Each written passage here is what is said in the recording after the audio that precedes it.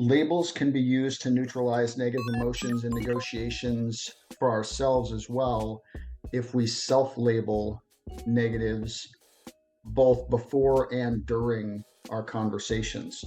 Before you're conversing with your counterpart, if there's something negative that you're feeling, if there's something negative that you foresee within the conversation or that you receive from your counterpart, and it's not about them, it's about you, self-labeling that negative will help diffuse it with you as well. The trick to using labels to neutralize negative emotions is to make it about your counterpart. 75 to 80% of any conversation or negotiation should be about your counterpart. So using negative labels has a far greater impact than using positive labels, because negative emotions have 3 to 9 times the effect on thinking that positive feelings do. My favorite label lately has been to call out the pressure that your counterpart is under, because everybody's under pressure and almost nobody talks about it. So if you can work a label in about the pressure that your counterpart is under, oftentimes you can do it as a cold read before your counterpart's given it voice, and that will inoculate that negative emotion from the rest of your conversation. But when you listen carefully, at some point in nearly every one of those conversations, your counterpart's going to give you some information that, as we use labels as a verbal observation, you're going to observe that they are under some kind of pressure or another.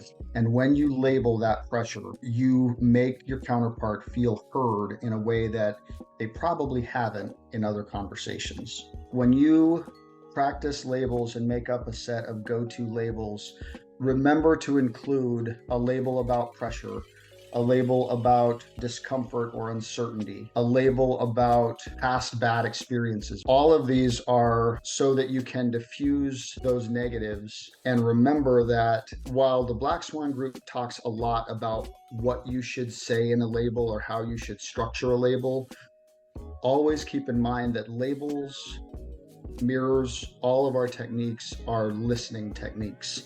So they are meant not to give us something to say, but to give us a structure that allows our counterpart to feel heard and to want to give us information. Once you clear the negative emotions, your counterpart is, by some studies, 6 times more likely to make a deal with you because they like you. And clearing out those negative emotions helps them like you. What the dog doing? It is very easy to turn a negative label into an attack. The difference between it seems like speed is more important than quality of the product you're turning out, as opposed to it seems like you're not concerned about quality issues, can be an attack if your counterpart hasn't given you something to make you say that. If that's a preemptive label, it can appear like an attack, where if they're under pressure to get stuff out quickly and they say, we're just going to have to turn out what we can turn out, you can say it sounds like quality isn't as big of a concern as the speed of production.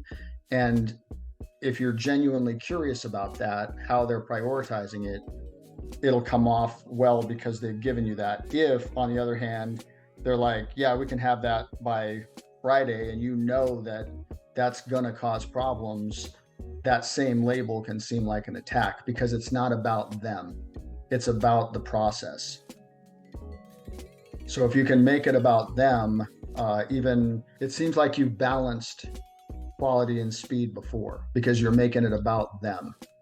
And you're getting the same answers or pointing out the same issue, but you're not labeling a process or a concern that you have. You're labeling them and what they're giving you. A big obstacle in labels, negative or positive, negative especially, is that they are not judgments. They're not opinions. They are verbal observations of what your counterpart is giving you. Remember, you don't get in life what's fair, you get what you negotiate. If you want to become a better negotiator, click the link in the description below.